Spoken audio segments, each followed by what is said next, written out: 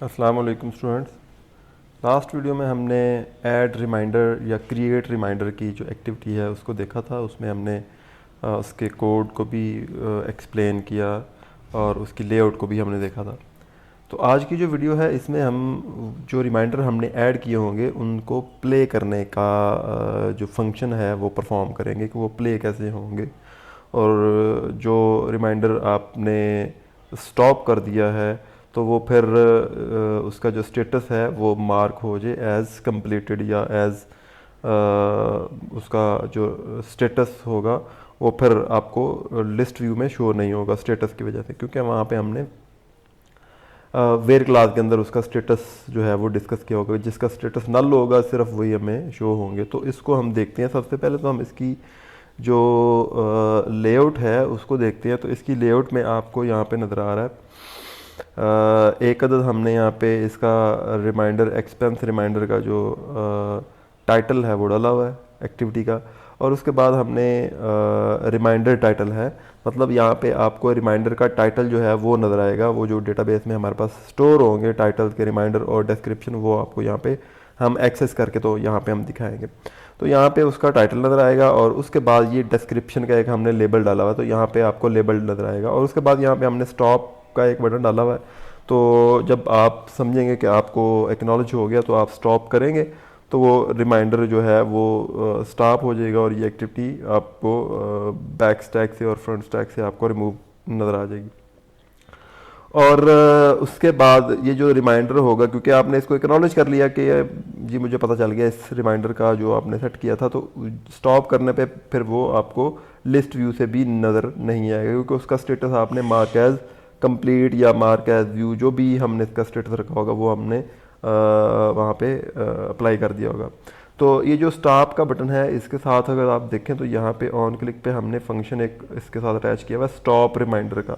तो ये फंक्शन जब हम कॉल करते हैं तो इसके अंदर हमने वो सारा अपडेट करने का भी कोड लिखा हुआ है और उसको रिमाइंडर को स्टॉप करने के लिए जो उसका कोड है वो भी हमने डाला हुआ है।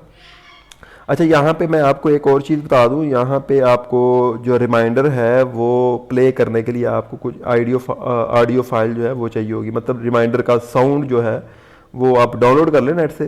तो अलार्म साउंड आप लिखें ना नेट पे तो आपको काफ़ी सारी साउंड मिल जाएंगी, जो आपको पसंद होगी वो आप डाउनलोड करके तो आप अपने पास यहाँ पे ड्राइबल के फोल्डर के अंदर आप रख लेंगे। ठीक है, जिस तरह जैसे हमने ये ग्रेडियंट की जो बैकग्राउंड फाइल है यहाँ पे रखी है ड्राइबल में, इसी तरह आप ये ड्राइबल में ही रख लेंगे। तो जब आपका अलार्म प्ले होगा तो ये वाली जो फाइल होगी ना जो हमने कॉपी करके रखी होगी, ये फाइल आपको एज ए साउंड जो है ना वो सुनाई देगी। तो हम चले अब देखते हैं इसके जावा कोड पे कि उस पे हमने क्या किया हुआ है। फिर इसकी जो बैकग्राउंड सर्विस वाली फ़ाइल है, ये बैकग्राउंड सर्विस वाली फ़ाइल है, और उसके बाद ये इसकी शो रिमाइंडर वाली जो एक्टिविटी है उसकी ये जावा फाइल है। तो इन दो फाइल में हमारा काम होगा। और तीसरा काम जो है वो आपने यहाँ पे ये करना है कि इसकी जो ये मैनिफेस्ट फाइल है यहाँ पे हमने एक सर्विस ऐड करवानी है। तो सबसे पहले हम क्या करेंगे, हम सबसे पहले तो ये जो हमारा लेआउट है इसको आप डिज़ाइन कर लेंगे। उसके बाद आप एक अदद यहाँ पे बैकग्राउंड सर्विस की जो एक्टिविटी है, जस्ट क्लास फाइल आपने यहाँ पे क्रिएट करनी है, एक्टिविटी क्रिएट नहीं करनी। आप राइट क्लिक करेंगे और राइट क्लिक करने के बाद न्यू पे जाएंगे और न्यू के बाद फिर आप यहाँ पे ये देखें ये क्लास फाइल आपने ऐड करनी है, क्योंकि इसकी जो बैकग्राउंड सर्विस है इसका डिज़ाइन या लेआउट नहीं होगी, ये जस्ट हमारे पास एक क्लास फाइल होगी। तो आप इसको क्लास फाइल को सिलेक्ट करके यहाँ पे बैकग्राउंड सर्विस जो भी है आपके पास नाम है इसका बैकग्राउंड सर्विस, ये आप यहाँ पे मेरे पास क्योंकि ऑलरेडी है बैकग्राउंड सर्विस के नाम से तो इसलिए यहाँ पे ये कह रहा है टाइप ऑलरेडी एग्जिस्ट। ठीक है, ये वाली जो फाइल का नेम है ये ऑलरेडी एग्जिस्ट कर रहा है, तो मैं इसको आप इसको ओके कर देंगे, मैं इसको कैंसिल कर रहा हूँ। ठीक है जी, जब ये आप क्रिएट कर लेंगे तो उसके बाद बैकग्राउंड सर्विस की फ़ाइल यहाँ पे क्रिएट होगी। उसके बाद आपने जो मैनिफेस्ट फाइल है आपके पास यहाँ पे इसको ओपन करना है। इसको ओपन करने के बाद आपने यहाँ पे जो एप्लीकेशन का टैग है, ठीक है, एप्लीकेशन का जो टैग है ना, इस टैग के बाद आपने यहाँ पे ये सर्विस एक ऐड कर दें, या जो आपकी एक्टिविटीज़ के टैग है ना उनके ऊपर या उनके एंड पे जहाँ पे भी आप करना चाहें, लेकिन ये अलग से टैग होगा सर्विस का। तो आपने सर्विस का एक टैग डालना है और उसके बाद जिस तरह हम लॉगिन की एक्टिविटी जो है वो डालते हैं, इसी तरह आपने एंड्रॉयड कॉलिन नेम के बाद आपने डॉट डालना है डबल कोट्स के अंदर, डॉट के बाद आपने बैकग्राउंड सर्विस, इसी जो हमारी क्लास फाइल है जो भी हमने क्रिएट की बैकग्राउंड सर्विस की, इसको आपने ऐड करवा देना है और फिर इसको एक्सपोर्टेड फॉल्स करवा दें या ट्रू करवा दें, इसका कोई इशू नहीं है, ये दोनों में से आप जो मर्जी करवा दें। तो ये आपकी अब सर्विस जो है ये बैकग्राउंड पे रन हो रही होगी। जब हम इसको एप्लीकेशन को एक दफ़ा रन कर लेंगे तो ये हमारी बैकग्राउंड सर्विस जो है ये रन हो जाएगी। तो इसको हम अब देखते हैं कि ये कैसे रन होगी। उसके लिए हमें जावा कोड पे जाना पड़ेगा। जावा कोड हम इसका बैकग्राउंड सर्विस का जो है वो देखते हैं। ये बैकग्राउंड सर्विस है तो इसमें हमारे पास ये जावा कोड है इसका। मैं इसको पहले क्लैप्स कर लेता हूँ ताकि आपको जो विजिबिलिटी है वो ईजी हो जाए। तो यहाँ पे जब आप इसको क्रिएट करेंगे इस क्लास फाइल को, तो ये इनमें से ये चारों आपके पास कोई कोड नहीं होगा, जस्ट आपके पास ये बैकग्राउंड सर्विस होगी और उसके बाद फिर आपने लिखना है एक्सटेंड्स सर्विस, कैपिटल एस से सर्विस स्टार्ट होगा, ठीक है। जब आप एक्सटेंड्स सर्विस लिखेंगे ना, तो मैं यहाँ पे अभी इनको ना कट करता हूँ, मैं ये स्टार्ट से इसको लेके तो कट करता हूँ ताकि आपको पता चले कि जब आप क्रिएट करेंगे आपने देखें, मैं इसको भी रिमूव करता हूँ। इस तरह आपके पास ये क्लास फाइल होगी। अब इसको आपने क्या करना है, एक्सटेंड्स, यहाँ पे आप लिखेंगे सर्विस, ठीक है जी। यहीं आप सर्विस एक्सटेंड सर्विस लिखेंगे तो ये एरर आपके इस बैकग्राउंड सर्विस पे आ जाएगा। तो ये कह रहा है कि जी आपने जो मेथड्स हैं वो इम्प्लीमेंट नहीं किए, आप वो उनको ओवरराइड करेंगे। तो ऐड अनइम्प्लीमेंटेड मेथड पे आप क्लिक करेंगे तो यहाँ पे ये आपके पास ऑन बाइंड का मेथड आ जाएगा और उसके बाद आप यहाँ पे लिखेंगे ऑन स्टार्ट। ये ऑन स्टार्ट का मेथड आप ले लेंगे। फिर इसी तरह आप यहाँ पे ऑन स्टॉप का मेथड भी ले लेंगे।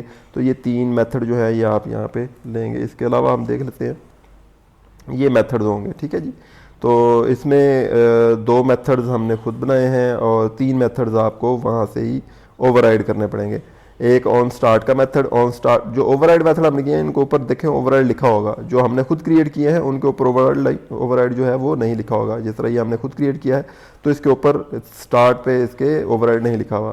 तो ऑन बाइंड का जो मेथड है इसके ऊपर भी देखें ओवरराइड लिखा हुआ है, ठीक है। और इसी तरह ऑन डिस्ट्रॉय के ऊपर भी ओवरराइड लिखा हुआ है। तो ये हमने जो फंक्शंस हैं ये ओवरराइड करने हैं। ये जब तक आप ओवरराइड नहीं करेंगे तो ये आपकी जो सर्विस है वो प्रॉपरली परफॉर्म नहीं करेगी। तो ऑन स्टार्ट का मेथड जो है वो ओवरराइड करके, तो इसमें आपने क्या करना है, गेट रिमाइंडर का जो फंक्शन है इसको कॉल करना है। ये हमारे पास गेट रिमाइंडर का फंक्शन है, ठीक है जी। ये देखें ये गेट रिमाइंडर का फंक्शन है। तो इसको हम अभी देखते हैं कि इसमें क्या चीज़ें हमने जो है वो की हुई हैं।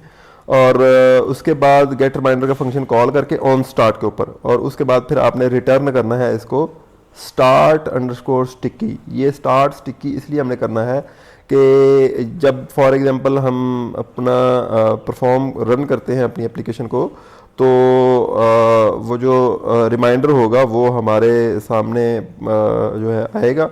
और अगर हम उस सर्विस को, उस एक्टिविटी को या उस लेआउट को जो हमारी शो रिमाइंडर की एक्टिविटी है उसको अगर हम बैकग्राउंड पे डाल देते हैं तो फिर भी वो रिमाइंडर चलता रहेगा। अब मैं आपको यहाँ पे मैंने एक जो रिमाइंडर है वो डाला हुआ है, मैं अभी आपको दिखाता हूँ, बल्कि आपको आवाज़ भी सुनाई देगी और उसमें आप देखेंगे कि कैसे ये रिमाइंडर जो है ऑटोमेटिकली ऑन हो रहा है। तो यहाँ पे अभी ना ये बैकग्राउंड पे ना मैंने इसको स्टॉप किया हुआ है। मैंने इसको जो है ना जो ही क्लोज़ करूँगा ना तो आज के डेट पे वो रिमाइंडर लगा हुआ है। तो मैं उसको देखें थोड़ी देर के बाद वो रिमाइंडर, ये देखें वो ऑटोमेटिकली रिमाइंडर आ गया। तो उसने मुझे कह दिया कि जी आज की डेट में आपका जो है ना इट्स यूटिलिटी पेमेंट टाइम, पे ऑल द आउटस्टैंडिंग, ठीक है जी। जी मैं इसको स्टॉप करूँगा, ठीक है। अब मैं फॉर एग्जांपल इसको बैकग्राउंड पे ले जाता हूँ ना, होम क्लिक करता हूँ तो लेकिन अब भी इसकी जो साउंड है वो चल रही है। मतलब वो आपको जब तक आप स्टॉप प्ले नहीं करेंगे, स्टॉप का बटन प्रेस नहीं करेंगे तो ये आपको इंटीमेशन देता रहेगा। जब आप देखें मैं इसको अब ऑन करके स्टॉप का बटन प्रेस करूँगा तो ये एक्टिविटी जो है ये रिमूव हो जाएगी और आपका अलार्म स्टॉप हो जाएगा और उसके बाद आपका यही जो एक्टिविटी है इसकी जो रिमाइंडर है वो रिमूव हो जाएगा। अभी मैं आपको यहाँ पे एक और चीज़ दिखाता हूँ कि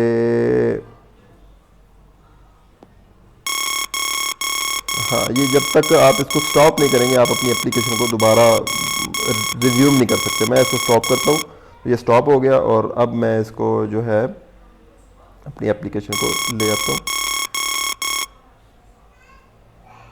अब इसको हम ओपन करते हैं। सॉरी, ये नहीं है, ये एप्लीकेशन हमारी ठीक है। तो अब उसने हमें वो हमारी एप्लीकेशन का होम पेज जो है वो डिस्प्ले करवा दिया।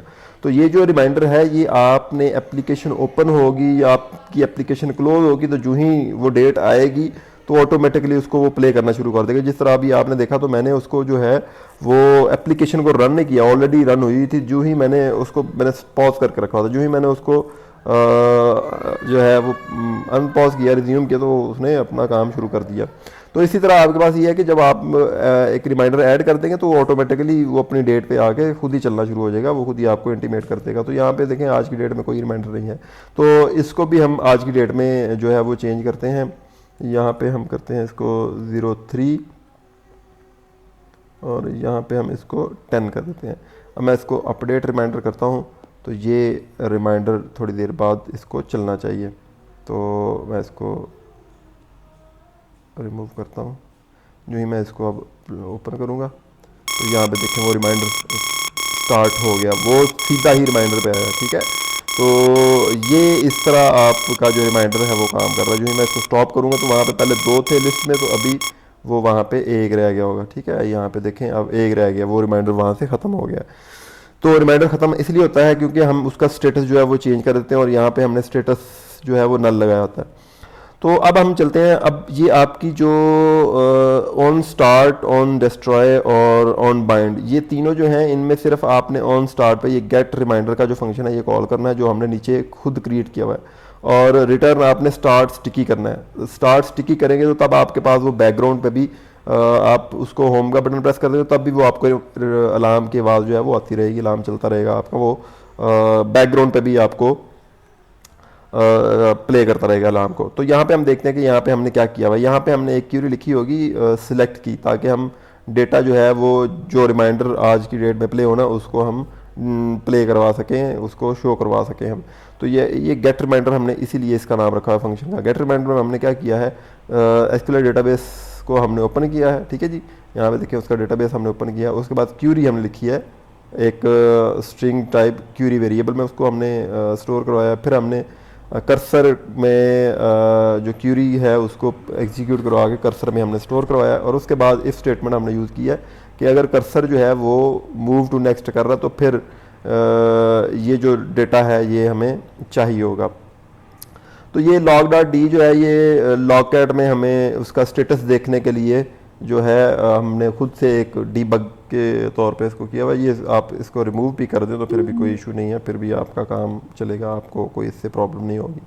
तो नेक्स्ट आप देखें तो यहाँ पे हमने एक integer type ID variable create किया है, और इसमें हमने इसको कहा है कि जी कर्सर डॉट गेट इंट, ये जो कर्सर हमने जिस कर्सर में डेटा स्टोर करवाया था क्यूरी का, इससे हमने डेटा गेट करना है कौन सा कॉलम, पहले कॉलम का, मतलब 0 इंडेक्स पर जो कॉलम है उसका डेटा हमने गेट करना। 0 इंडेक्स पे कॉलम कौन सा है, आईडी, तो यहाँ पे आईडी में आईडी आ जाएगा। उसके बाद टाइटल जो है स्ट्रिंग टाइप वेरिएबल मैंने क्रिएट किया, और इस वेरिएबल में हमने सेकंड कॉलम का जो डेटा है, जो यहाँ पे हमारे पास टाइटल है, इसका डेटा गेट करके तो हमने इस टाइटल वाले वेरिएबल में डाल दिया। और इसी तरह डिटेल का जो है इसको हमने यहाँ से गेट किया, और फिर हमने थर्ड जो हमारे पास वेरिएबल है इसको कॉन्टैक्ट जो इसका कॉलम नेम है उसको यहाँ पे यूज़ करके, तो उसका इंडेक्स नंबर जो है 2 उसको हमने यूज़ करके तो इस डिटेल वाले वेरिएबल में डेटा स्टोर करवा दिया उसका। उसके बाद फिर हमने नई क्यूरी जो है वो नई एक्टिविटी जो है वो कॉल करनी है। तो वो एक्टिविटी है हमारे पास शो रिमाइंडर की।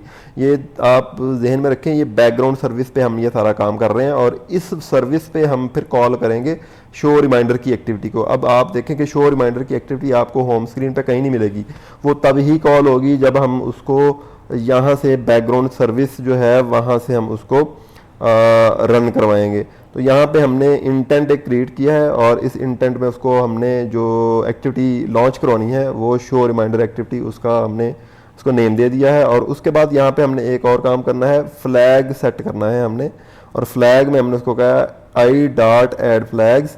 तो ये आई हमारे पास इंटेंट है, i dot add flags, intent dot flag underscore activity underscore new task.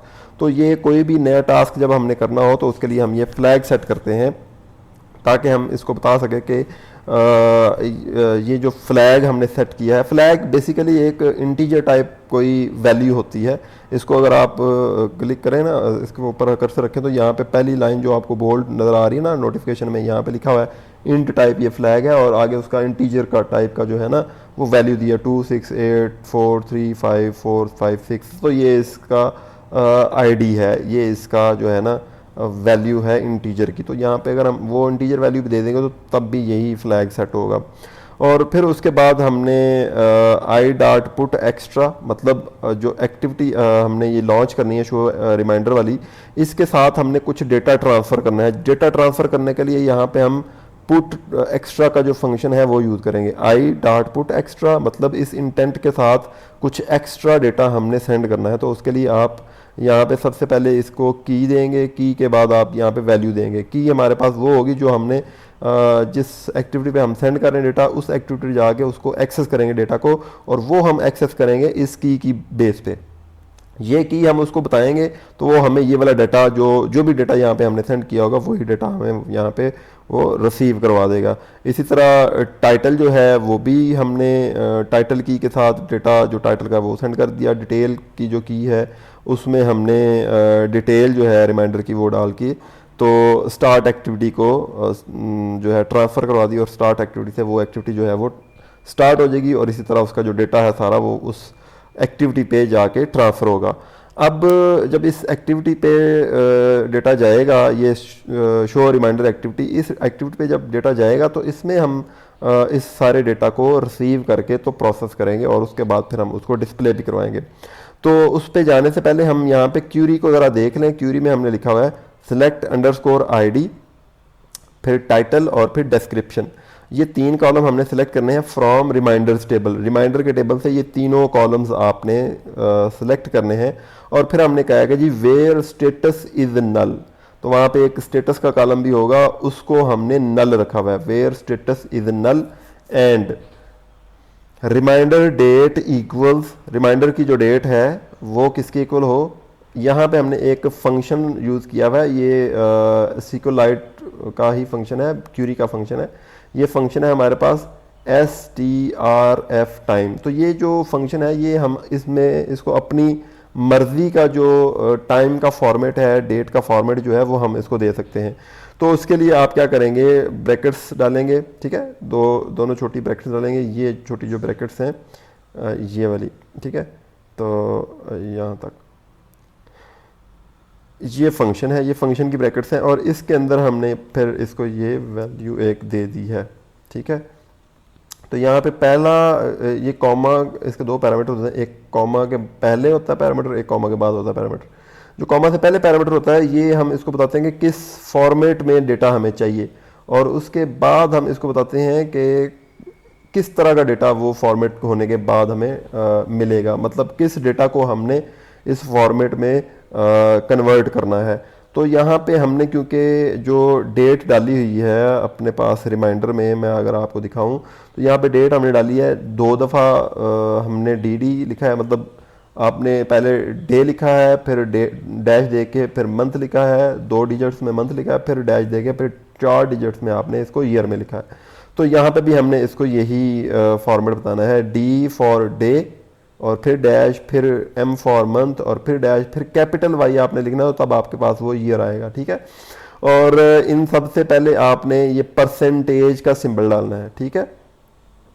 तो परसेंटेज का सिंबल डाल लेंगे तो आपके पास ये फॉर्मेट इसका प्रॉपर बन जाएगा, डे मंथ ईयर का। और यहाँ पे एक चीज़ आपने और गौर करनी है कि यहाँ पे मैंने एक स्पेस दी है, ठीक है।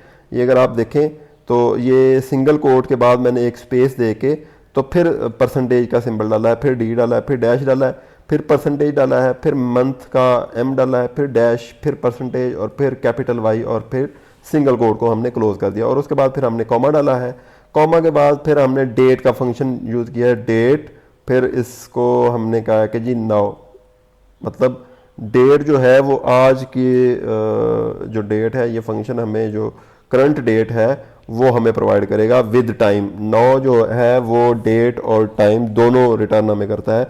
तो जब ये दोनों हमें रिटर्न करेगा तो उसमें से हमने ये फॉर्मेट इसको अप्लाई किया होगा, तो इस फॉर्मेट में सिर्फ डेट ही हमें वो रिटर्न करेगा, और उस डेट को फिर हम क्या कर रहे हैं, इस रिमाइंडर डेट के साथ मैच कर रहे हैं कि अगर तो वो रिमाइंडर डेट के साथ मैच हो रही है तो फिर क्या होगा, फिर वो अलार्म हमें चलता हुआ नज़र आएगा, वो प्ले हो जाएगा।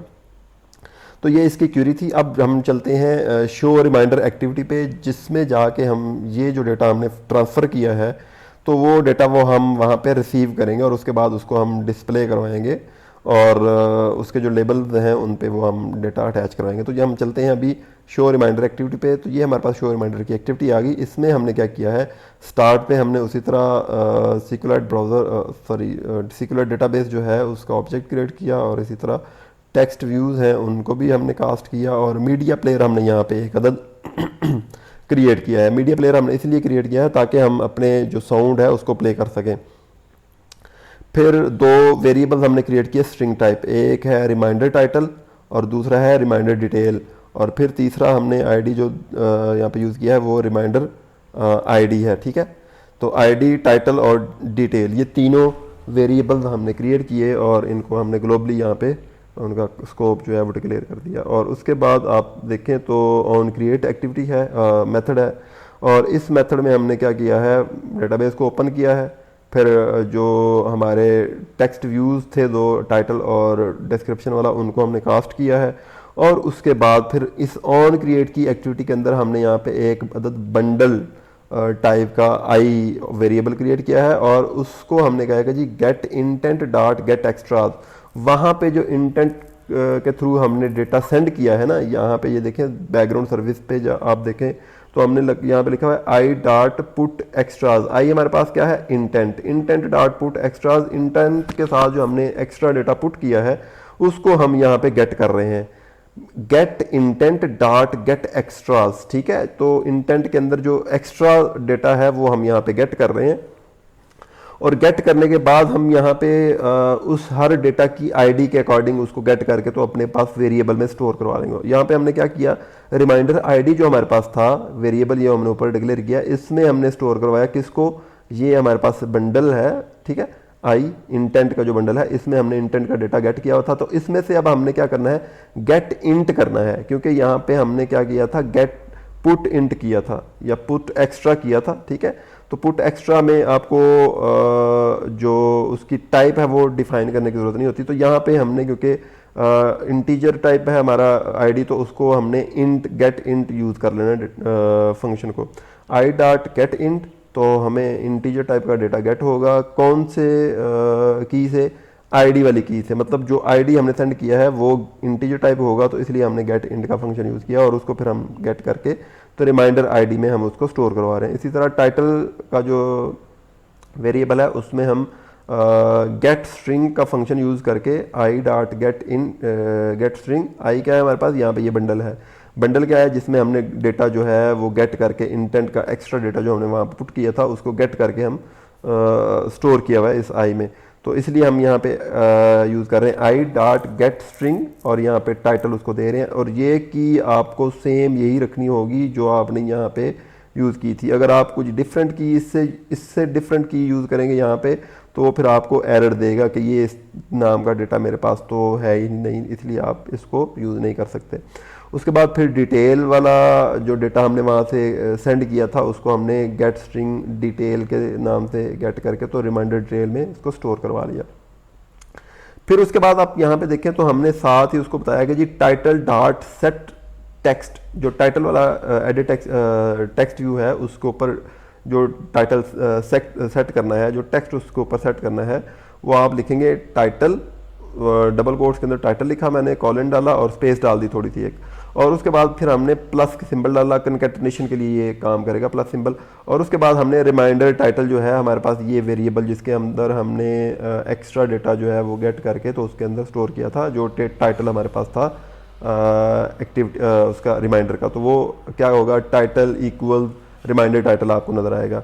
और उसके बाद डिस्क्रिप्शन वाला वेरिएबल जो है उसको डिस्क्रिप्शन वाला जो हमारे पास टेक्स्ट व्यू है उसके साथ हमने टेक्स्ट को डिस्प्ले करवाया, और टेक्स्ट जो है उसको हमने लिखा डिस्क्रिप्शन कॉलिन स्पेस और फिर कनकैटिनेशन सिंबल प्लस और फिर जो हमने डेटा गेट किया था रिमाइंडर डिटेल का गेट स्ट्रिंग के थ्रू या जो हमने पुट किया था बैकग्राउंड सर्विस पे उसको हमने एक्सेस करके तो इसके ऊपर डिस्प्ले करवा दिया। और फिर उसके बाद हमने यहाँ पे देखें प्ले अलार्म का एक फंक्शन यूज़ किया हुआ है। यहाँ पे हमने प्ले अलार्म का जो फंक्शन है उसको कॉल किया। तो ये प्ले अलार्म का फंक्शन हमने यहाँ पे खुद क्रिएट किया है। ये प्ले अलार्म का है, ये स्टॉप रिमाइंडर का है, ठीक है, और ये मार्क एज रीड का है, और ये ऑन डिस्ट्रॉय का है। तो ये फंक्शंस हमने यहाँ पे क्रिएट किए हैं। ये 3 फंक्शंस आप देखें तो हमने खुद क्रिएट किए हैं और ये जो फंक्शन है ये तो हमने ओवरराइड किया है, ठीक है। ऑन डिस्ट्रॉय में हम क्या कर रहे हैं, प्ले डॉट स्टॉप उसको हम स्टॉप करवा रहे हैं प्लेयर को, और सुपर डॉट ऑन डिस्ट्रॉय तो ये वैसे ही आपको सुपर एक्टिविटी से मिलेगा।